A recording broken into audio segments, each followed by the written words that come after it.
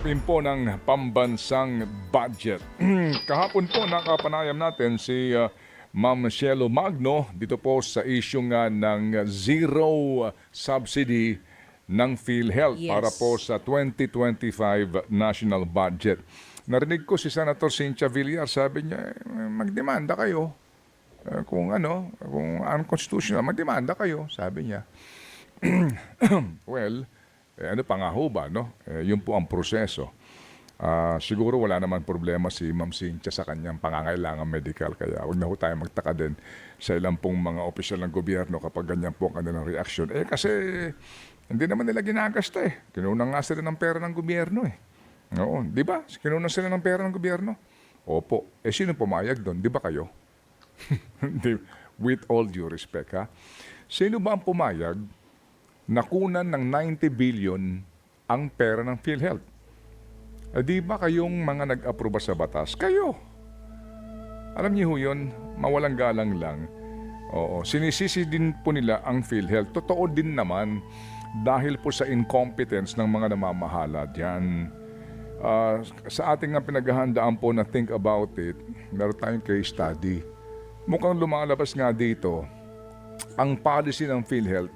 Kapag ikaw ay direct contributor, hindi ka balance sa billing, meaning hindi sasagutin ang malaking parte ng iyong gastusin sa ospital. Sino ho ba yung direct contributors? Maliban po sa mga empleyado na may kaya na, kasambahay. Di ba? Anyway, nasa ating linya ngayon si Senador Coco Pimentel, ang ating pong Senate Minority Leader. Sir Coco, magandang umaga po. Magandang umaga, Ted and DJ Chacha at sa lahat po ng nakikinig sa atin. Maayong buntag sa tanan. Apo, dagang salamat po. Senator, ano ho nangyari? Kasi originally po naman sa version ng House at saka ng Senado, meron po namang subsidy for PhilHealth. And all of a sudden, nag-meeting po ang BICAM and nagharap-harap sila and then nagharap-harap ulit po sa Manila Hotel, bigla nang naging zero. Yun ang magandang tanong. Kasi bakit nangyari yan? Kahit na dapat iniwanan nila ng halaga yan, kahit gusto nilang bawasan, iniwanan nila ng halaga na sang-ayon sa formula na nandun sa sin tax law. May batas kasi na nagko-compute kung magkano dapat binibigay ng national government sa PhilHealth bilang subsidy. So dapat hindi bumabayan ng mga 50 plus billion pesos kung gusto man nila babaan. Ang ginawa nila, siniro eh. Sino po itong sila, Senator? Well, yung mga nag-working group, yung mga technical working group, baliwala naman yung naging panel to panel eh. Kasi nagkaroon ng proposal galing sa technical working group, ganun din. Hindi pinag-usapan ng maaga at saka hindi pinag-usapan ng nakalantad na yun pala ang balak nilang gawin.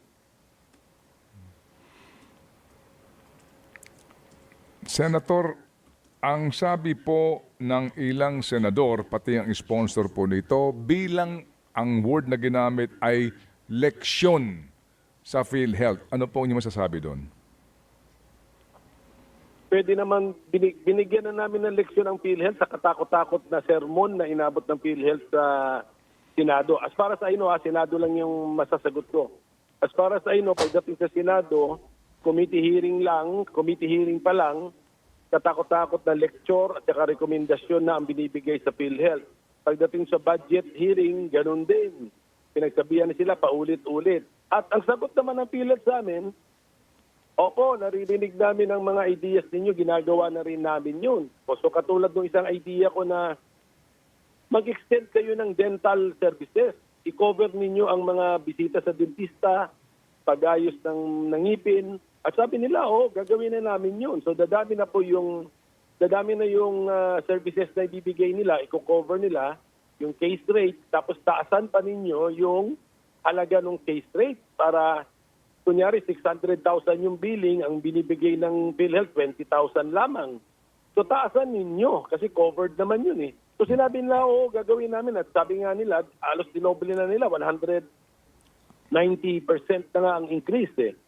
So, tapos ang isa pang idea namin, bababaan na namin yung contribution ng mga mamamayan, yung mga direct contributor, ibababa na natin yung percentage. Ngayon ay 5%, ibababa natin sa 3.25%. So, ginagawa na, meron na tayong mga idea, panukala, na ginagawa na ng PhilHealth. So, wrong timing na isisiro sila kasi magkakasabay ngayon yung wala silang cash flow, tapos ang anticipated natin, yung cash out nila, lalaki kasi nga linakihan na nila yung mga benepisyo at saka dinagdagan pa ng dental services, gaya nga ng sinabi ko. Ano ho ba ho ang masasabi niyo, Senator, doon sa katwiran na 600 billion ang kanilang, hindi ho ito actually, hindi ito surplus eh. Sabi nga ni Ma'am Cielo Magno, ito ho ay reserve fund na iba daw ho naman ang kahulugan. And kahapon, sabi po ng taga PhilHealth, hindi yan 600 billion, kung hindi 431 billion lamang. Correct. Alam mo, yung figure na yan, wala talaga makapagsabi kung magkano yan. Galaw ng galaw from 400 to 600 billion. Pero ako, ang gamitin kong figure ng PhilHealth kasi sila naman may hawak ng books nila eh. So, let's say meron silang 400 billion pesos. Pero, siyempre meron pang mga, let's say yan ang hawak nila ngayon. Pero siyempre meron pang maniningil sa kanila eh. Yung mga past services na nabigay nila, sinisingil pa rin po yun. At saka ini-examine pa nila yun bago naman nila bayaran. So, hindi totoo na hawak silang cash na yun na 400 billion pesos. Eh, yan ay free cash, free in the sense na pwede nilang gamitin sa kahit saan nila gustong gamitin. Hindi yan, kasi ang iba dyan, committed na. Tapos meron ang concept na insurance liability claim. Eh. So, pwede ring iba dyan ay kinokontest pa, pinaglalabanan pa kung dapat bang bayaran ng PhilHealth o hindi. So, dapat pabayaan na natin yung hawak ng PhilHealth na 400 billion pesos kasi iba naman itong topic natin. Ang topic natin, meron tayong sin tax law na sinabi natin na yung buwis na kinokolekta sa matatamis na inumin, sa alcohol at saka sa mga sigarilyo at saka vape product, ang parte nun kailangan ibigay sa PhilHealth. So dapat sinusunod yung batas na yon kahit na magkano pa man ang hawak na cash ng PhilHealth. Kasi ibang mandato yun eh. Yung pagkolekta ng buwis at pag-remit sa PhilHealth, ibang mandato yun. Senator, ano ho ang implikasyon nito na nag-zero national government subsidy sa PhilHealth? Sa usapin, number one, doon sa contribution ng mga indirect members. Number two, doon sa binabanggit nyo, natataasan na po yung case rate na binabanggit nyo, pati ilan pang mga serbisyo na ibibigay po ng PhilHealth sa mga miyembro. Baka magkabulilyaso tayo kasi I'm sure ang Kongreso hindi naman kami nag-compute niyan yung actuarial, ang tawag yata diyan actuarial science eh. Yung pagko-compute kung kakayanin ba ng fund o hindi. Kaya dapat hindi talaga sa galit dinaan eh na gusto natin pagalitan ng PhilHealth isi-zero natin. Dapat close consultation sa PhilHealth. Magkano ang pinaka-minimum na kaya ninyong i-absorb para hindi masira yung mga plano ninyo? Ganun yun, kasi marami na nga silang plano. Dinoble nga nila yung case rate. Eh. Dinagdagan pa. May dental services at meron pa yata yung konsulta. Yung pupunta ka sa clinic, pagkukonsulta ka lang sa doktor, hindi ka naman kailangan ma-confine sa hospital, pwede na yun i-charge sa PhilHealth. So, bagong feature na naman yun. So, dapat talaga malapitang konsultasyon with PhilHealth yan bago ginalaw yung 74.4 billion pesos na proposal ng administration na ito. Kasi yung 74 billion pesos na yun, galing sa NEP yun eh. Proposal yan ng administration na ito. So ano pong implikasyon nun? Magkaroon kaya ng katwiran ng PhilHealth ngayon? Una, na hindi makakolekta ng contribution for indirect members that will result na hindi natutuparin ang kanilang mga ipinangakong pagbabago? Huwag nilang gawin yun. Makakasuhan sila dyan. Pero kailangan bumalik sila sa drawing board at mag-computation sila. Pakita nila ulit sa amin na dapat naman yung 400 billion din ay hindi rin naman natin nakikitang natutulog lang sa habang panahon tulog. So dapat pakita rin nila na ginagamit din nila yon. Opo. Pero again, the implication po nito, ito pong kawalan ng subsidy ngayon, ano ang implikasyon nito para doon sa mga supposed to be nga po indirect members na siyang pinagkukunan po ng kanilang contribution? Dapat wala. Pero tama yon kasi magkakaroon nga ng duda. Pero dapat wala. Kasi una sa lahat, yung mga indirect members, nabayaran naman yung kanilang mga premium contribution sa mga nakaraang panahon eh. Nabayaran na yon. So, wala naman tayong rule na pag makamiss ka na isang taon, hindi ka na covered. Kasi meron tayong mandato na universal coverage. Nasa batas yun. Kaya binabayaran ng national government yung premium, pero ano yun, parang nagko-compute tayo na ang cover dito ilang milyon pero sa computation lang yon, yung milyon ang covered sa computation lang ng subsidy, pero dapat sa pag-function ng PhilHealth lahat ng Pilipino covered, lahat. So dapat hindi maapektuhan kung may insidente na ginamit yon, sabihan ka agad ng mga mambabatas para mauna ang PhilHealth at wag gawin ng PhilHealth yun at sigurado makakasuhan sila. Okay. Kung ganyan po na zero allocation na ng subsidiya from the national government, yung sinasabi po ninyo na koleksyon sa sin tax law natin, saan kaya dadalhin? Magandang tanong. Napakagandang tanong. Saan nga dadalhin? Kasi nga nung kinompute yung 74.4 billion pesos, 53 billion doon, yung computation nga na koleksyon na, hindi to koleksyon sa future, na-kolekta na. So 53 billion, tama po yun. Saan nga pupunta yun? Kaya tinanong ko yan na Ted sa interpellation at ang sagot sa akin ay in writing na lang kasi siyempre hindi naman din memorize kung saan dinala yun. Pero ang isang na-establish natin doon, nadala yung pera pang health sana para sa PhilHealth napunta sa non-health. Kasi ang pinakatumaas na budget ay DPWH eh. So infrastructure 'yun. Is that lawful? That's a good question. Kaya nga ang sinabi ko nga rin sa interpellation ko, we are inviting another case before the Supreme Court, especially from health advocate. Kasi nga, number one, sasabihin nga na health advocate, may mandato nga to remit, hindi sinunod, ziniro pa. Hindi lang sa binawasan, ziniro pa. So, is that, maganda tanong, can that be done? Kasi dalawang nagbabanggaang batas. Isa about the budget, isa about tax collection and the health and the remittance for health. So yung pangalawa, very specific yung pangalawa actually. Mas para sa akin mas specific law yung sinasabi mo na ito yung formula para ito yung halaga na ibibigay mo sa PhilHealth. Very specific yun kaysa sa budget law na general. Opo. So, sir, sa ngayon po na ito ang sitwasyon, pipirmahan ng presidente na po daw ito after their review. May remedyo pa ho ba dito ang presidente? Pag ziniro kasi, I do not kung may remedyo na pwede dyan dagdagan. Kasi ziniro na nga eh.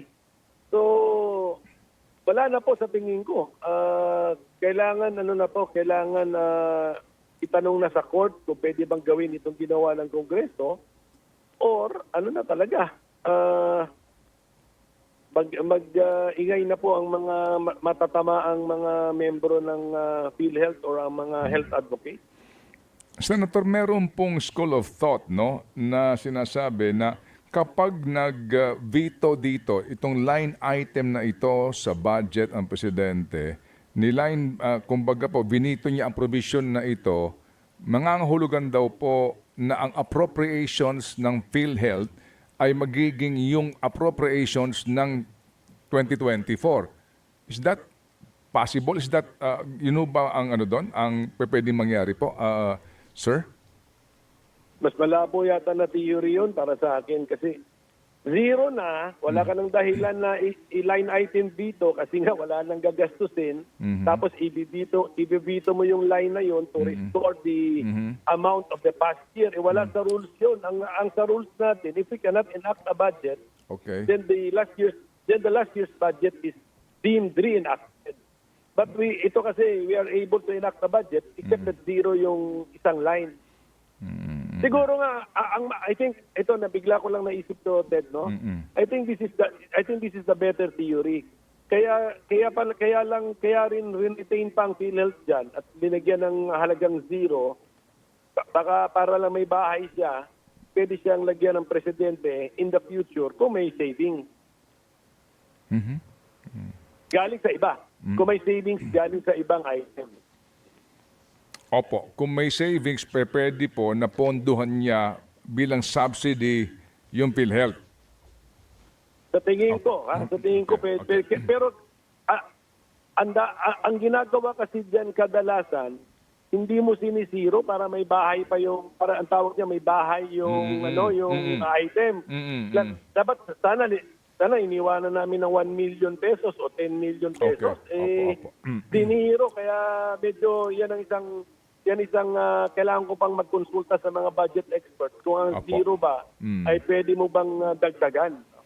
O kaya, sabi nga po ninyo, hindi pa ho ninyo lubusan na aaral, no? Ang mga provision dito po. Baka may mga singit na naman special provision. Kasi kung may koleksyon ang Bureau of Internal Revenue sa excise tax, sa sin taxes na ito, sa sin products, baka naman pag nakolekta yon, ang presidente magmando, ilagay mo yan dyan sa PhilHealth. Is that possible? O maliban na lamang kung may provision ngayon na nakasingit na specific itong syntax for next year, may mapupuntahan.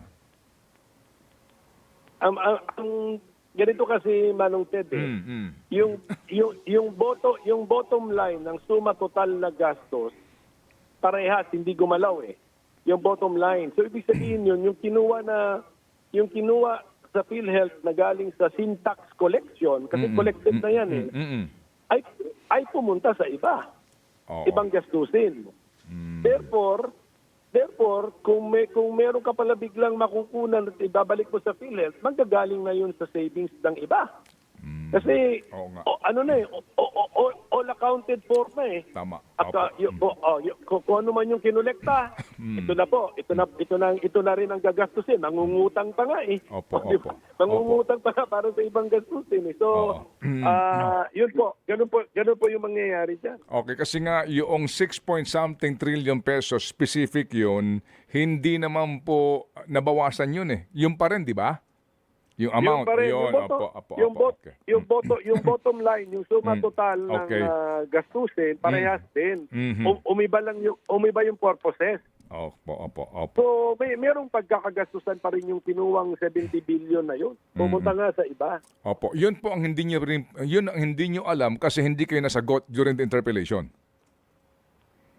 Correct. At maintindihan ko rin yun kasi nung pagtanggal na ng 74 billion, ilalagay siguro yan sa isang pool na funds na available. Tapos doon nila kinuha yung mga pang DPWH,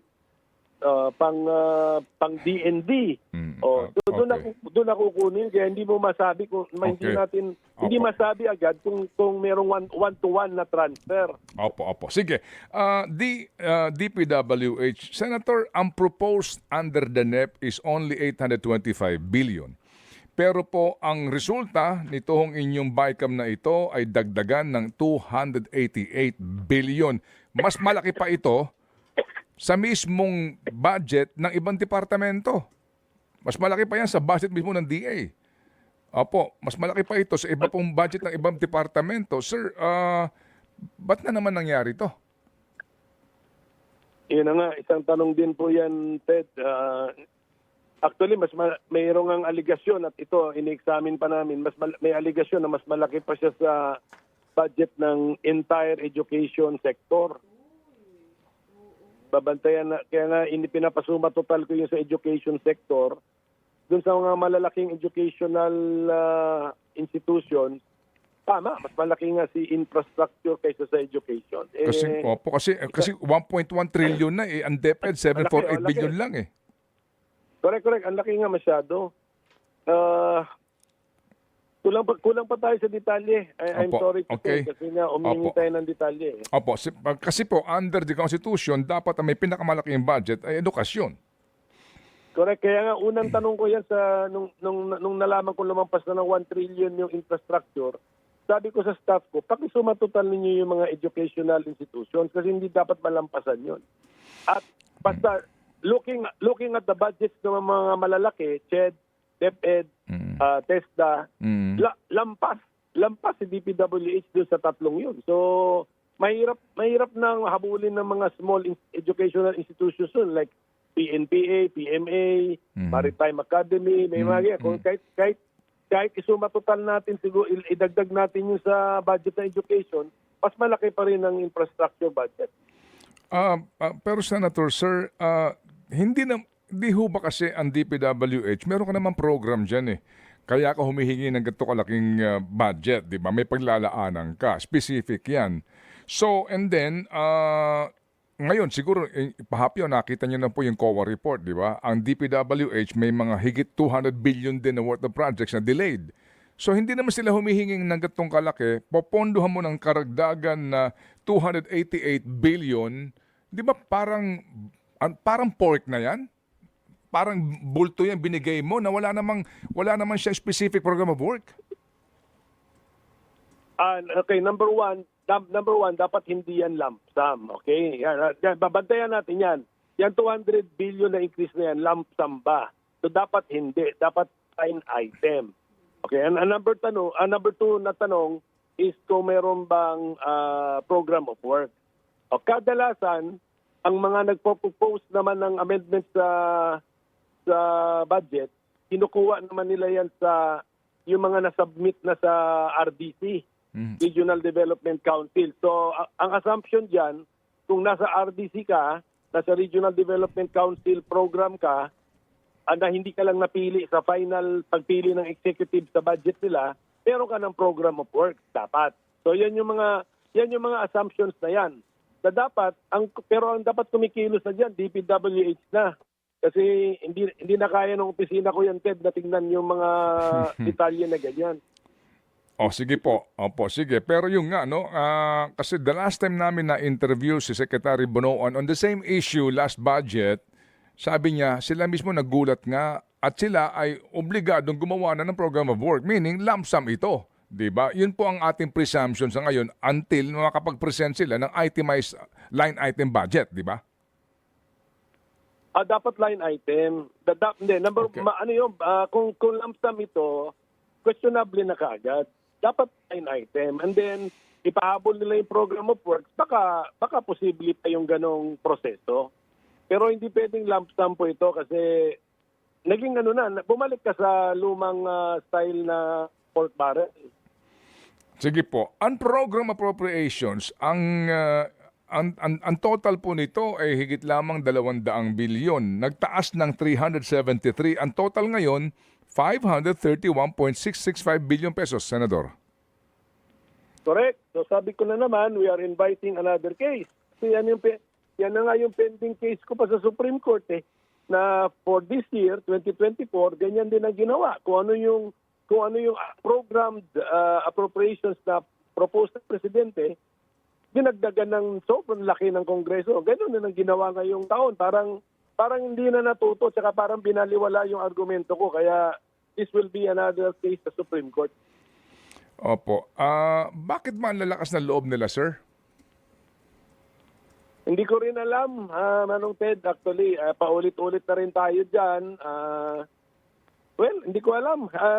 Kaya nga siguro, kaya nga rin siguro meron tayong third branch of government, that referee. Meron tayong referee, tinatakbuhan natin para magsabi kung sino ang tama. So, matagal na yung pending yung isa kong kaso, at least close to 1 year na siya pending.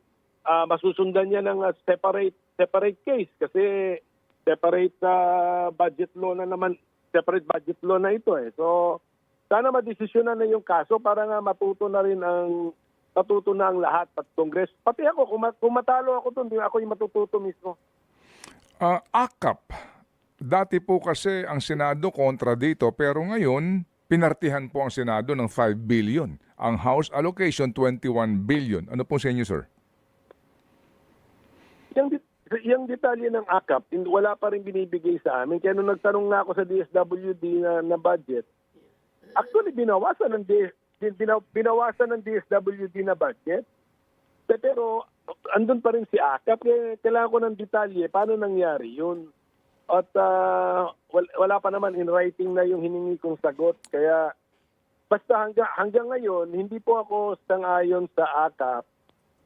Dapat baliwala yung offer nila na may parte ang mga senador dyan. Dapat disown namin yan. Kasi yung 4-piece program natin na para sa poorest of the poor, meron pa pong waiting list yan.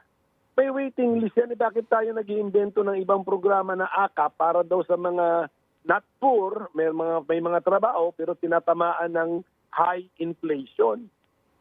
Problemahin muna natin yung poorest of the poor. May waiting list doon. Doon dapat binibigay muna ang pera.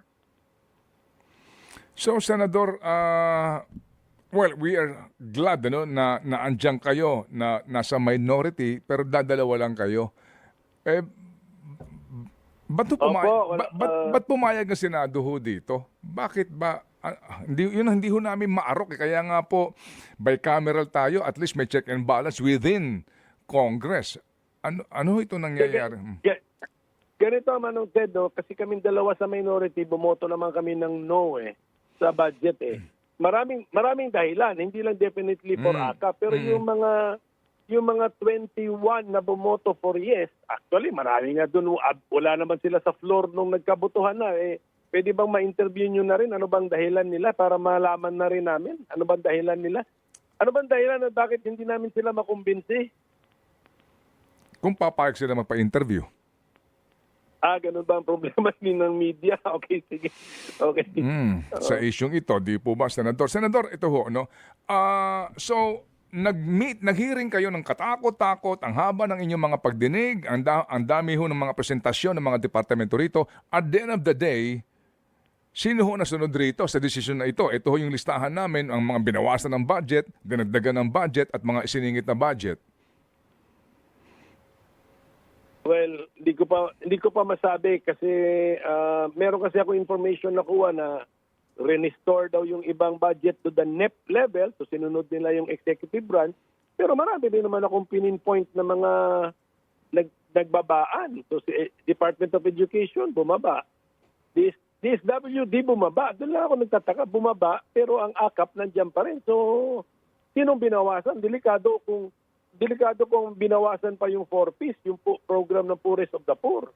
Yun po sana ang dinadagdagan kasi nga ulitin ko, may waiting list doon. So, hindi ko pa masabi kung sino ang winners or losers dito.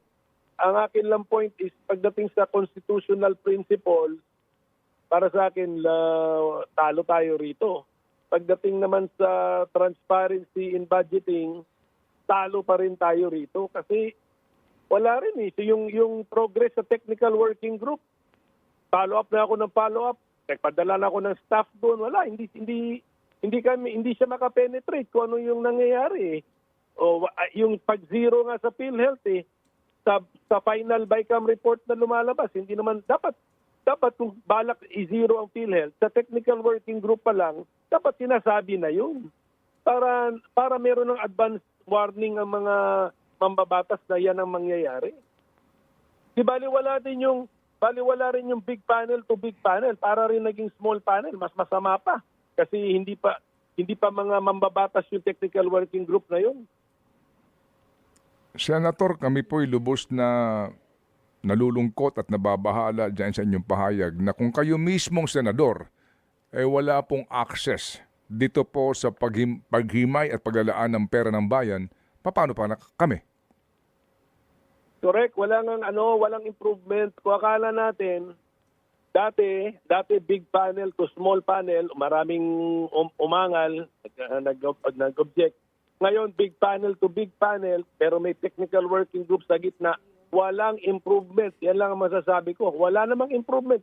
Kasi ang improvement na hinahanap natin is the flow of information. Yun yung hinahanap natin. The flow of information na ito yung plano, ha, ito na yung papunta na dyan, ha, ito na yung consensus, papunta na dyan. Wala rin eh. Pag ikumpara mo yung dalawang proseso, it's the same thing. On the last day pa rin malalaman na expected ka ng pumirma ng Vicar report, expected ka ng bumoto ng yes or no.